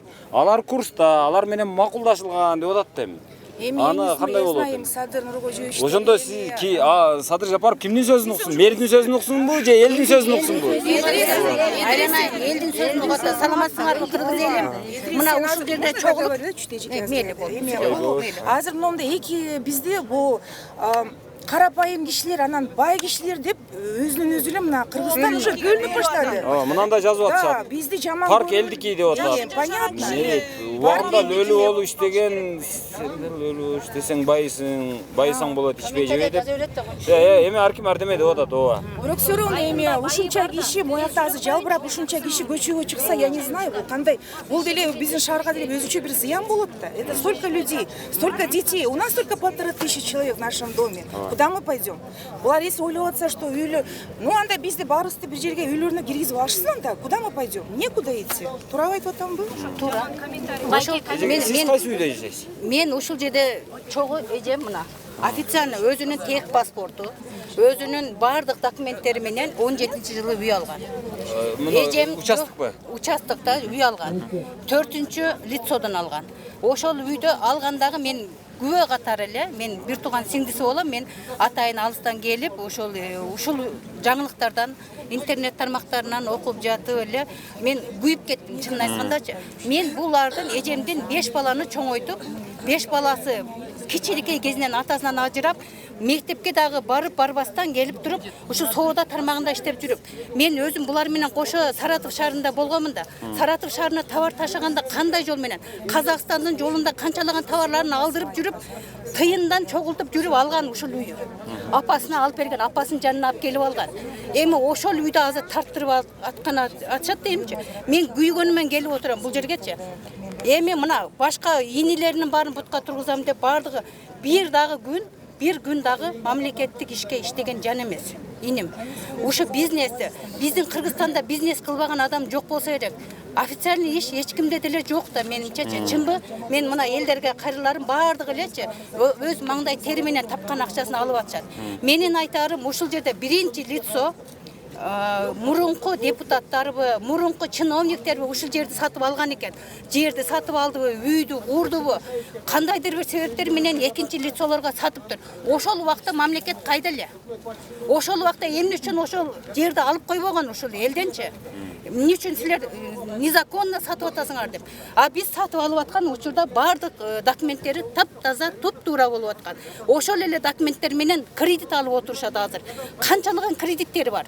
Эгер ошо кредиттерди азыр ким жабат? Ар бир адамдын 3-төн 4төн кредити бар. Ошону мамлекет жаба алабы? Ар бир адамдын 5тен 6дан ата-энеси бар карыган, оорукчандары бар. Ошолордун бардыгына үй бере алабы мамлекет? Эгер ушул жерде алып кое турган болсо, бүтүлү буюмду саткандан көрөкчү, калган жерин Кыргызстаныбыз өзү ушундан кийинки жерлерин сатып албасын, эч кимге сатпасын. Биздин айта турганыбыз ошол. Биздин мына сатылуу бүтүлүү буюмубузду эч качан буздурбайбыз. Биз тууган уруктары келип да буздурганга эч макул эмес, жол бербейбиз. Ар биринин туугандары бар ушул жердечи, бардыгы күйүп отурушат. Жөнөкөй адамдар жашайт ушул жерде. Биз кошуналарыбыздын бардыгын эле тааныбыз, бардыгы эле жөнөкөй адамдар. Бардыгы 3-чү, 4-чү лицолор. Даже кээ биркисинин үйлөрү бүтө элек. Бүтө элек ошолорду да кредит алып, кандайдыр бир жол менен тууган уруктарын жардам менен бүтүрүп атышат. Ошон үчүн элден дагы, мэрден да суранарыбыз, мындан кийинки парк, мен ошо паркка каршы эмесмин. Парк жашылдансын, көрктөнсүн, элден эс ала турган жайы. Бирок мындан кийинки жерин делечи законсуз түрдө сатып атпайбы? Жана өзүңүз айтып атпайсызбы? Ошолорго эмне үчүн тийишпейт? Законсуз сатылып аткан жерлерде депутаттар, чиновниктер куруп атышат, кура турган нерселерин. Эмне үчүн аларга тийишпейт дагы? Эмне үчүн отурукташып калган? Канча жыл мына 2000 канчанчы жылдан берки 20 жылдык окуяны эми козгоп атышат. Эмне үчүн? Кимге керек болуп калды ушул жер? Айтыңыздарчы, мен ошого жооп берем. Эжеке, мындай болуп атат. Андай болсо, мындай азыр до конца деген заман болуп атпайбы? Анда до конца баралы дагы мындай кылалы. Ошо Салымбеков баш болгон, андан башка жана 36 сквер деп атпайбызбы? Ошолдун бардыгын, ошол 36 сквердин бардыгын алалы. Ошол Салымбеков окшогондордон дагы алалы. Тетиги жакта ак кеме жанагы мейманканасы болуп кеткен паркты дагы алалы. Эки парк 36 сквер жоголуп кетти. Ошонун бардыгын алса, анан сиздерге келсе, ошондо кандай кыласыздар? Ошолордун бардыгын алып, кайрадан бизге келип туруп ушул жерди ала турган болсо, ар бир үй бүлөгө 2 миллион алабы, канча миллиондогон алган кредиттерин төлөп берсин. Төлөп берсинби же өзү сиздер азыркы айткан азыркы баасында рыночный баасында? Канча акчага сатып алган болсок, ошол акчабызды мамлекет берсин. Мамлекет колубузга ошол акчаны берсин, биз дагы бир жерден жер алып үй сала турган бололу дейчилек. Кредиттерин төлөп берсин. Карыздарынын бардыгын жоюп берсин, пожалуйста. Закондуу түрдө, бардыгы закондуу түрдө болсун. Сиздердики эмне? Квартирабы, үйбү? Биздики мен Малдыбаева 54 АБ көп кабаттуу үйдүн тургунумун. Көп кабаттуу үйдү макул эми айтып кетейинчи, мен просто биякта айтып атышат. Биз алганыбызга 1 жыл болду. Биз жөн эле бияка келип эле мындай акчаны оңой таап келип калган жерибиз жок. Буга чейин бу комментарийлер жазып атышат. Карапайым элдер Дордой жакта жашайт, свалка жакта жашайт деп. Макул, мен ошол Акбата конушунда 8 жыл жашагам. 8 жыл жашап, мен мо кызым аллергия болуп төрөлдү да. Мына полный денесинин баары мондай вообще страшный жара болчу денесинин баары. Мына мондай баарын тартып кетсеңиздер. Врачтар айтышкан, желательно колуңардан келсе Турцияга көчүп кеткиле деген, деңиздин жагына депчи. Эми биз Турцияга барганда эмне иш кылабыз? Биз биякта өзүбүз базарда иштейбиз. 14 жыл болду базарда иштегенибизге. Эми Турцияга барып, биздин аякта жерибиз жок болсо, Турциянын гражданини болбосок, аякка барып эмне иш кыла алабыз деп, кичине мындай тазабараак деп ушак жактан ихластан үй алганбыз. 2 комнатный 14 жыл иштеп жүрүп, тапкан акчабыз. Эми бирок азыр кызым до сих пор ооруйт. Кызымдын мына колдору до сих пор момдай. Берчи кызым колуң, могул колуңда көбүрөкпү? Бул туура эмес да, мынтип бизди жөн эле эптеп, ушунча жыл чогултуп жүрүп алган үйүбүздөн бизди чыгарып салган вообще азыр туура эмес мыйзам жүрүп атат биздечи. Биз каяка барабыз? Мисалы азыр башка бара турган жерибиз жок. Түшүндүк. Эми азыр сиздерге негизинен көпчүлүк мындай домат деле артпай атат. Көп кабаттуу үйдөгүлөрдүн баарынын эле абалы түшүнүктүү. Эми бул жерде жыргаган киши болбойт эми. Мен мынау жана эл айтып атпайбы, наркы участок алгандарды депчи. Ошол участок алгандарга уруксат берсеңиздер, барып көрөйүнчү. Алар деле ошол жерде Кана. Макул. О. Так. Булардан оюн айта тургандар барбы же мени тартпа, мага керек эмес дегендейби? Болбосо токтотуп кое берейин. Assalamu алейкум. Кандайсыздар? Кошуналарыңыздар костюм менен кошуна болуп жашаган кандай экен эми? Жакшы эле, эмне экен? Жакшы эле. Жок, өзү негизи ошо кишини көрөсүздөр анча-мынча? Көрөбүз. Эмне дейт ал? Азыр мынау боюнча сүйлөшүп көрдүңүздөрбү? Ушул окуя чыккандан бери. Сурабайсыңарбы? Жок, негизи ал барбы, жокпу? Мен дарегин билбейм да. Дареги бар. Бияқта турат. Ага өкмөт мыйзам чегинде мэрия жерди бөлүп берген. Мен андан кишиден сурагам. Ал айтты, постановлениени мэриянын өстөрү чыгарып, өстөрү алып келип берген. 2 жылдай турган дейт. Анан кийин жумуштан чыккандан кийин курган. Азыр жашап атат ал үйдө. Негизи азыр маселе ошол кызматкерлерде болсо, ошо кызматкерлерден бир 2-3 эле калды. Жагы биринчи элдин журналисттер баары көтөргөн маселе мына биякта жалаң кызматкерлер турат, жалаң коррупционерлер турат деген ал жалган маалыматтар. Фактически бир 3-4-өсү калды. Калгандары мен мисалы 6-чы кожоюн. Мен деле сатып алганда жөнөкөй кишиден эле сатып алгам. Ал деле кызматкер эмес болчу. Сатып алгандан кийин сатып алардын астында барып сурадым. Мамлекеттик мэрияга караштуу подразделенияларында. Мэриядан сатып алсак болобу? Деп госрегистрден сурадым. Болот. ЖЖСтен барып сурадым. Курсак болобу ушул жерде? Болот. Деп бизге рухсаттын баарын берип атат. Анан кийин рухсаттын баарын берип, биз ошону добросовестный приобретатель болуп алып, ошо жака каражатыбыздын баарын коротуп, үйдү кургандан кийин 32 жыл мурунку постановленияга таянып, бул жер биздики эле деп туруп, маякта турган элдин 99% жөнөкөй эл да. Азыр эми ушул акция болуп атат да, мындай бир саясий акция болуп атабы менин оюмча. Мунун түркү максаты эмне деп ойлойсуң? Эмнеден улам болуп атат? Мисалы бүгүн келебиз деди, эч ким келген жок мисалы. Батынган жок менин оюмча. Эми саясий мен өзүм саясийге катышпаган кишимин. Эмне кандай? Сиз шайлоого деле катышпасаңыз керек. Шайлоого да катышкан эмесмин. Кандайча шайлоого? Жаран катары катышкам. Мен мисалы ар бир шайлоодо барып туруп добуш бересиз? Добуш берем. Мен эмес, өзүм үй бүлөмдү да алып алып туруп барып туруп добуш берип келем. Өзүм кандидатурамды эч убакта эч жака выдвигать эткен эмесмин. Бир да күнү кызматкер болуп мамлекетке иштеген эмесмин. Мага окшогондор биякта 90%.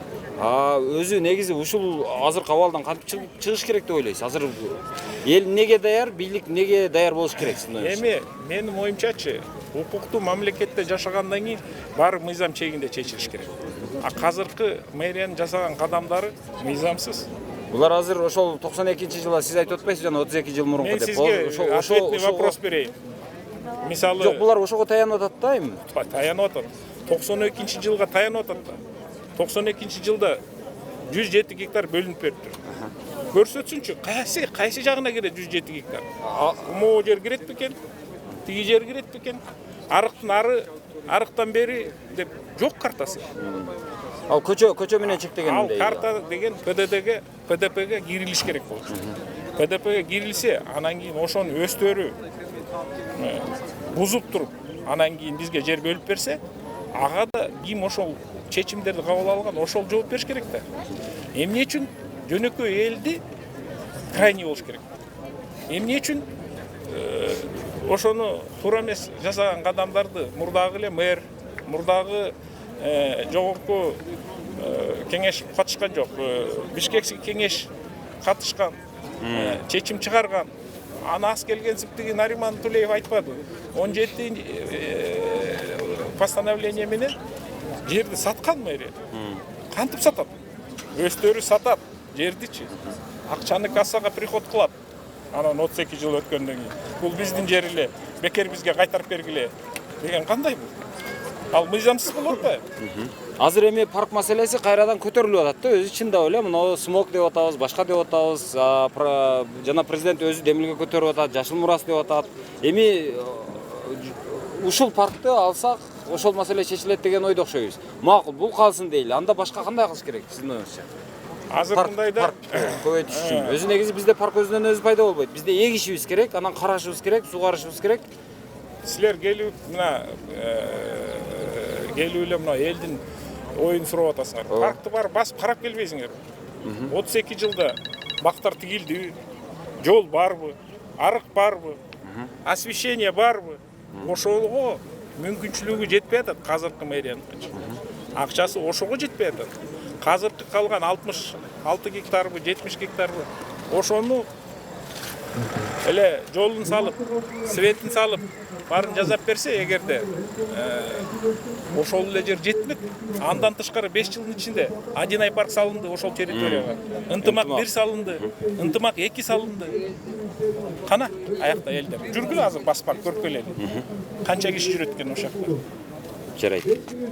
Анан ошону ошого күчү жетпей, анан биздин үйдү бузуп алып туруп, ошонун ичине биз бакты кет элек, ошактан парк кылат элек дегенге менин көзүм жетпей турат да. Менин оюмча айтып атпайбы? Биз мүмкүн алып алып дейт. Бузбайбыз дейт.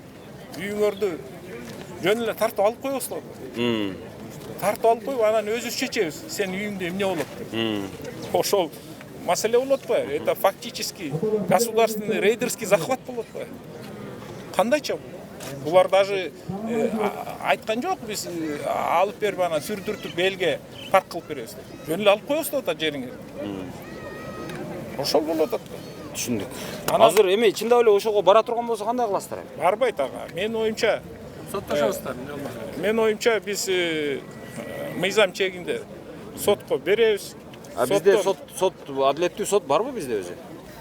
Бар да. Мен ойлойм бар. Надеемся, айткандай. Мен ишенем. Бизде эгерде азыр ошол сот делечи туура эмес чечим алсачы, бул жаман прецедент болуп калат. Андайлар болбой эле атпайбы? Биздин укуктарыбыз Конституцияда жазылып турат. А Конституциянын гаранты президент. Президентибиз гарант Конституция болгон үчүн бизде буга чейинки канча президенттер ошол гарант болуп туруп, өздөрү гарант болуп турган Конституцияны канча жолу бузушкан, канча жолу дебелеп өтүшкөн. Билесизби манын бардыгын? Эми биздики аракет кылыш керек да. Биздики эми өзгөрүлүп баратпайбызбы бизчи? Жылдан жылга жакшырып атат дейсизби? Жакшы болуп баратат, оңолуп баратат. Мыйзам баары кандай кадамдарды жасабасын, казыркы бийликпи, кийинки бийликпи мыйзам чегинде жасаш керек. Кийин азыр мыйзамсыз кадамдарды кылса, өздөрү кийин жоопкерчиликке тартылып калат да. Жарайт. Кандай жакшыбы? Жакшы. Кандайсызбы? Жана эмеңди көрдүм. Кен, мындайраак эле туруп алалы. Кандайсыз? Сиз аябай даярданып келген турбайсызбы? Же муну машинанын үстүнө коюп көрсөтүп бериң анда. Жок, мындай эле көрсөтүп берейин.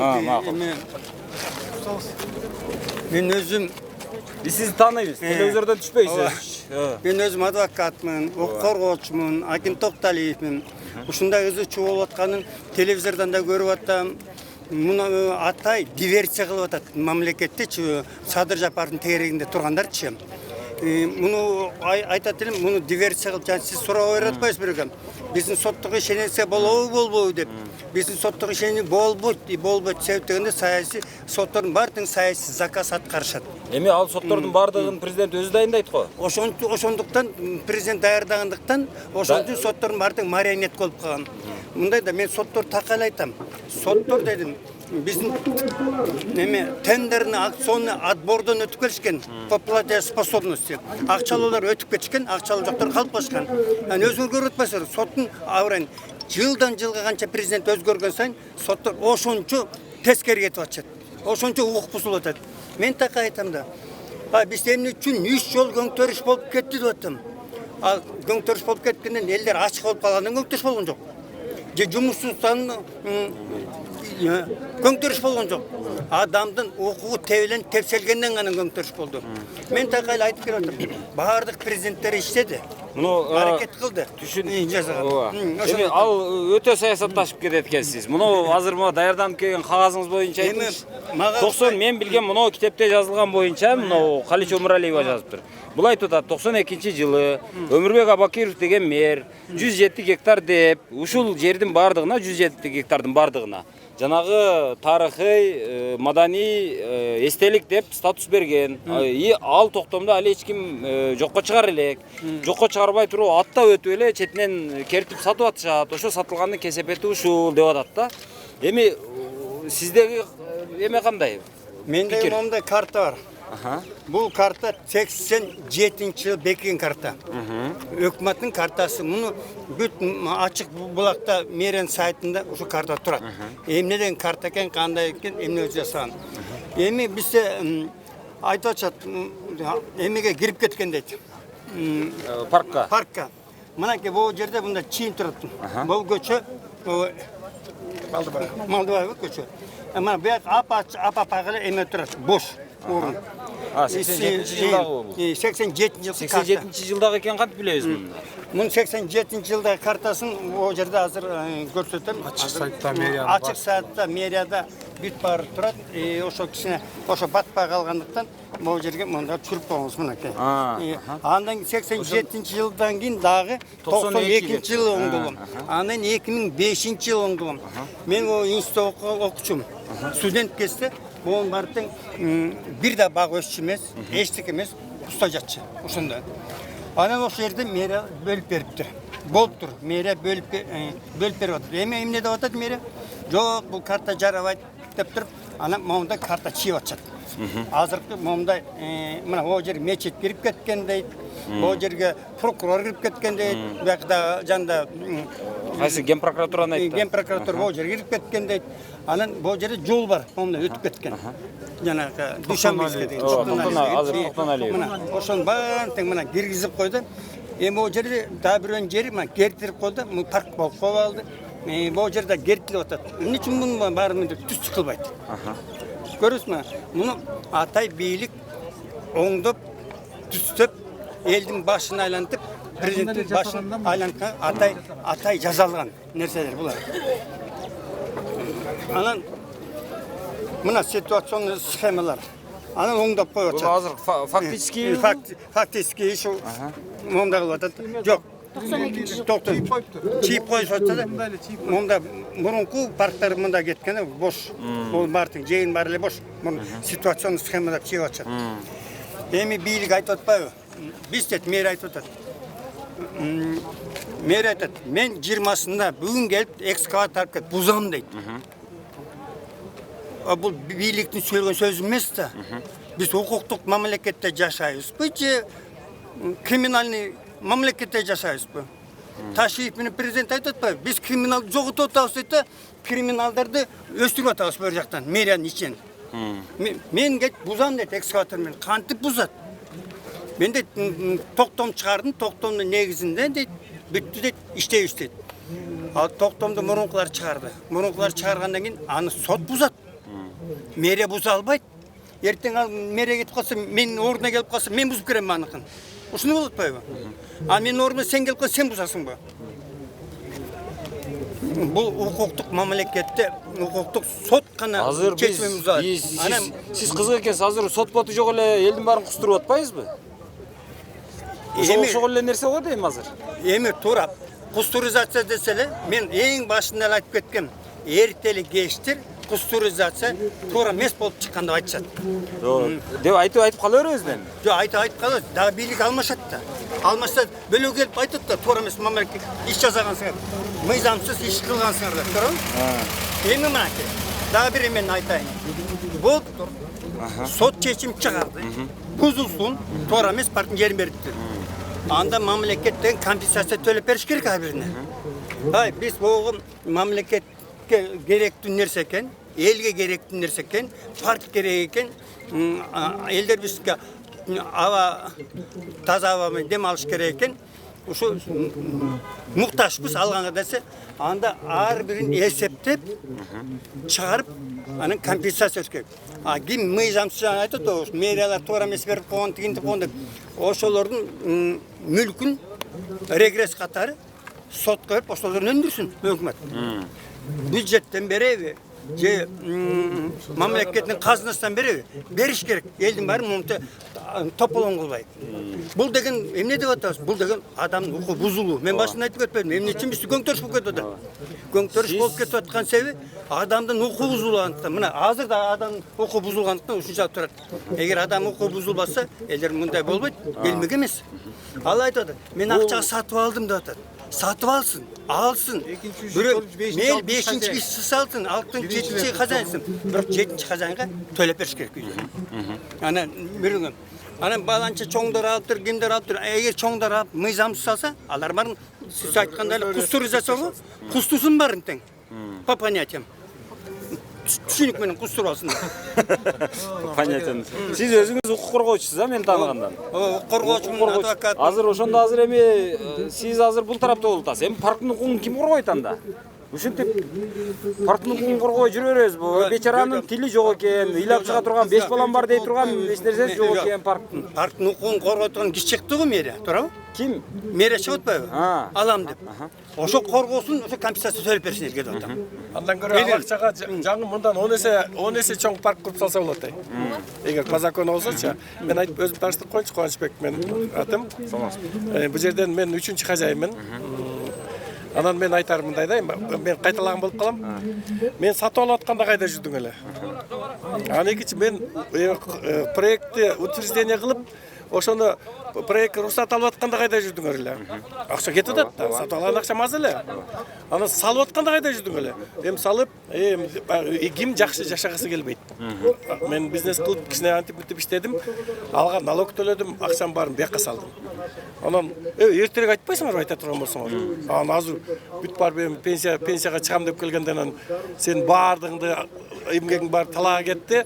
Биякта ким чыкты, тек чыкты, парк керек экен деп, балким сен деле чыккандысың, ыдырсак чыкты, парк керек деп туруп, анан баягы мага окшогондордучу. Эй, бул башка чаба берсе болот деп. Кээ бир журналисттер да баштап атат. Болуптур, сен властьты айтып атасың, законду айтып атасың да. Керек болсо сен да баштап атасың. Сен биринчи ар бирин өзүнчө түшүн да. Ким кандай эле. Анан мамлекет менен ошол кездеги мэриялардын, чиновниктердин өзлөрүнүн иши. Ал мен тиешем жок. Сатып алып атканды айтып койот, менге бул жер сатылбайт, албак окуй депчи. Жок, ал кызыл китепке кол койдуруп, как положено договор купуп кол коюп, анан госрегистрде мөр басып. Анан ошенткенден кийин анан шалдырап алып аткансың 60ка келгендечи. Жок, азыр эми ушул абалдан кантип чыгыш керек эми, эмне кылыш керек эми, бир жолу барбы? Мен айттым жолун. Абалдан бул байкалат. Мэриядан кат келди бизге. Мындай бир эмеге. Ушундай 20-сына чейин бошотпа, 7 күн ичинде документ өткөзүш керек, бошотулат дегенде мындай деп. Биз кат жаздык. Сиздин чыгарган буйругуңузду аткаралы, бошотолу. Бирок бизге кайсы жол менен бошотобуз? Ошо жолду айтып бергиле. Бизге компенсация канча төлөп бересиңер? Келип эсептеп кеткиле деп берсек, 1 айдан бери жооп жок. Эсептеш керек. Анан кайта мэрге бердим. Иштерин ушинтип кызматкериңер берди эле. 1 айдан бери жооп бербей атат. кандай төлөп бересиңер, кандай кыласыңар, биз бошотконго даярбыз дедик. Только компенсацияны төлөп бергиле дедик. Жок, мен бизди айтып атат, биз өздүк. Эми биздин үй отуруп, эми сиз отурбайсыз биринчи. Жок. Биз мына бошот бергенге эч даяр эмес. Мен сен даяр болсоң утурайсың. Эч ким даяр эмес. Бошотуп беребиз деп айтып атпайсыз. Мен жасымда атам, өздүкүн менчи. Анда мен де өзүңүздүн эмеңиз, элдин атынан айтпаң бул жерде. Бул азыр мынакей 10 миллион доллар мына. 10 миллион доллар бер десе, момдан 10ду салып алат. Мери аны бере албайт. Мен ошол жөнүндө айтып атам. Сен ичке кызыктуу эме айтып атасың. 10 миллион доллар бере албагандан кийин мери эч качан буза албайт аны. Туура айтамбы? Айтатман, 10 миллион доллар деп айтат. Дурус айтканда, эгер законду жол менен бара турган болсо, бузгандын өзүңүз айтканда өзүнүн жолу бар да. Сот аркылуу чечилип, анан добросовестный покупатель деген да түшүнүк бар, туурабы? Анан мен дагы эле түшүнбөй атам да. Баягы чиновниктер өзлөрүнүн ишин неге бизге чыгарып атат? Өзлөрүнүн ортосундагы иштичи жөнөкөй кишилерге чыгарып. Мен ошону айтып атам. Бул кандайдыр бир саясий бирдеме акция болуп аткандай болуп атат да. Анан бул акциянын максатын мен ошол логикасын түшүнө албай атам. Билбейм эми кандай баягы. Албетте караңгы элге азыр мындай дагы кеп болуп калышы мүмкүн да, ошондон качыш керек да.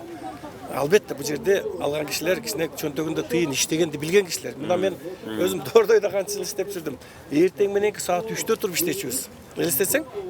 Мен тоскоолгон жокмунбу? Мында расмий эмеден да келишкен окшойт. Эртең менен 3-тө туруп алып иштеп Дордойдон. Тиги туристтердин баарын, келеткан эмелердин баарына сатып үлгүрүп калалы депчи. Налогун төлөп, учунда 20-30 чакты кишиге жумуш берип, алардын өзлөрүнүн курсактарын тойгузуп, анан бул үйдү салып атканда, үйгүдү салып аткан материалга ошол строительный фирмалардын курсагын тойгузуп, ошолордун баардык короткон акчадан кийин анан биз тамашалап коюп турубуз. Бул жерди бергиле деген туурабы, туура эмеспи? Кандай? Өзүң айтчы, өзүң кандай ойдосуң? Жок, эми ал туура эмес. Мен айтып атпаймынбы? Бул баягы мурунку бийлик, кийинки бийлик деп атабыз, бирок биринен бири мураскер да. Биринин милдетин бири алат да. Ушул мурунку бийлик, кийинки бийлик деген жөнүндө айтып коеюн да. Могу жердечи керек болсо, билбейм, эми фирмаларда пайда болуп тур, көрдүңбү? Балким мен так билбейм. Азыр могу расмийлердин сөзүн угуп албайлыбы? Мында мен айтам 99% буза албайт. 99% буза албайт мамлекет. Ал жөн эле шоу уюштуруп атышат да мамлекетке ошо. Туура. Өзү негизи чындап эле мен дагы ушул жерден кандай кылсам экен, бул артка кайтабы экен, мен өзүм азыр болду. Мен ушул жерден айтып берейин, өзү негизи буза турган болсок чындап эле. Эгерде чында ушуну мындай чындап эле баштап аткан болсок да, тамашалап аткан болбосок, анда биринчи кезекте бузууну каерден башташ сунуштайт элем. Мен баягы 36 сквер жоголуп кетти, мисалы. Бишкекте бар экен, 36 сквер, азыр жок, түү орду менен. Ошодон баштасак болот. Мисалы, азыркы айтылуу жанагы Салымбеков деген мурунку депутатыбыз, мурунку губернатор бар. Андан баштасак болот. Себеби ал кишилер базар кылып алган жерлер бар, торговый центр кылып алган жерлер бар, азыркы мынау спорт аянтча кылып алган жерлер бар. Мисалы, ошонун баардыгы парк бойдон эле турат. Парк алар. Анан ошондой жактан баштабай туруп, же болбосо мына жакта курап жаткан бактар бар. Жыл сайын өрттөнүп атат. Азыр жамгыр токтой элек, ошон үчүн бир аз жашарып турат. Эртең бир 15 күндөн кийин Бишкек боп-боз болуп жатып калат.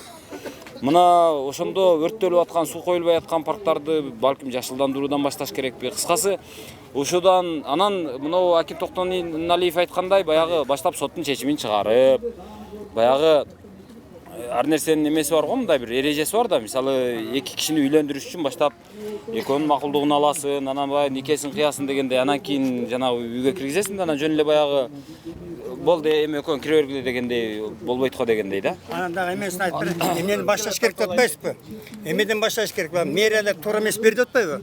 Ошолордун кылмыш иш козгоп, ошолор соттоп, архитекторлор бар дең. Ошондон башташ керек да. Анан элге асаш керек. Манчы майдагы снос деген кагазыңарчы, экинчиси алгандай. Ал бар, ал соттун чечими жок да жерде, туурабы? Туура түшүнүңүздөр.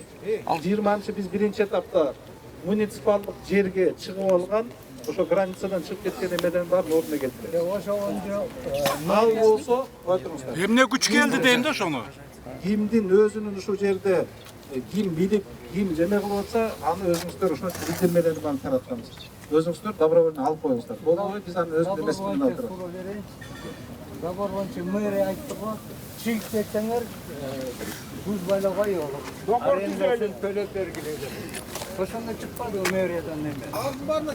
Бар паркка не касается. Бул парк эмес. Паркта биякта көчөлөрдүн аты жок, эчтекеси жок. Ошон үчүн анын ордуна ошон биринчи этап менен мен сразу айтайын. Жакын арада биринчи этап менен биз мына муниципалдык жерге чыгып алган айрым ондай конструкциялар кандай эмнелер бар, ошонун баарын ордуна келтиребиз. Калганы болсо параллельно бул болсо жана сотко берилип атат, берилет, анан калган сот кандай чечсе ошо менен чечебиз. Күтүү болду. Жакшы рахмат.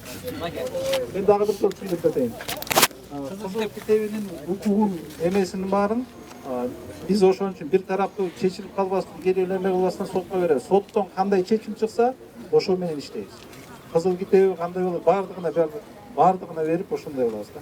Эгерде сот кандай чечим чыкса, компенсациянын өзүнүн тактиги бар, ошондой болот да. Сиздерге болсо өзүңүздөр мына айрымдар айтып атпайм дагы бир жолу. Соцсетиден тигиндей мындай болот, мен 300 000, 400, 500 000 долларга алгам деп, пожалуйста, кандай эмесин кыл да. Бирок ошол госрегистрде кандай менен договор кылгансыңар, ошонун баарын карап, өзүңүздөр азыртан такташып бериңиздер. Госрегистр жазылбайт эмеспи? Госрегистр. Мэрияга тиешелүү эмеспи госрегистр? Госрегистр рухсат берип атпайбы? Сделканы совершать эткенге. Рухсат эме госрегистр рухсат бербейт. Кандай бербейт? Чекит коет да. Сатууга болбойт. Анын госрегистрдин задачасы мамлекетке мен каттайт.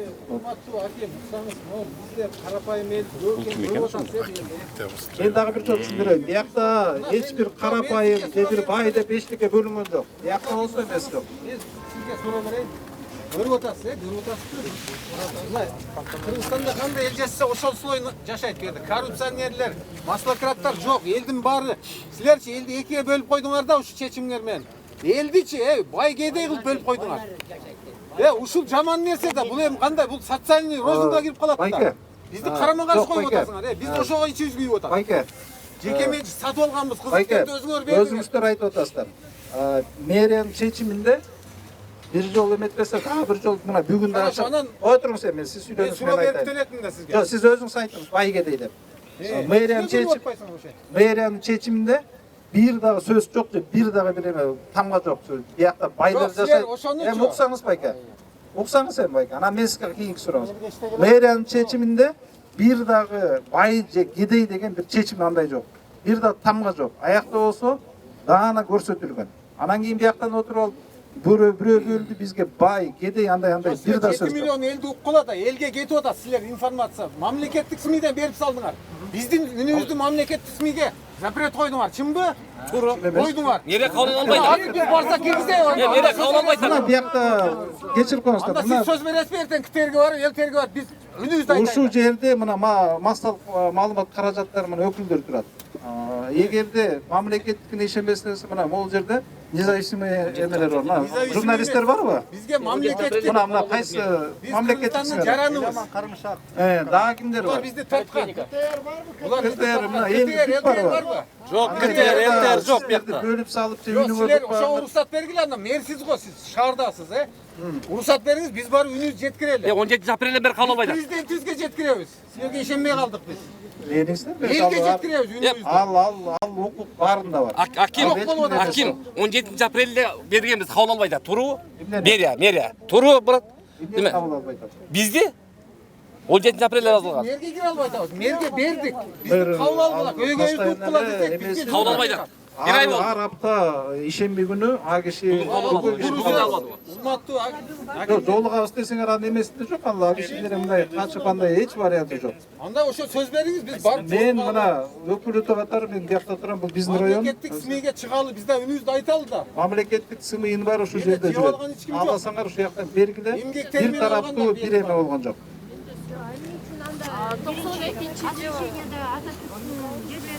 92-жылы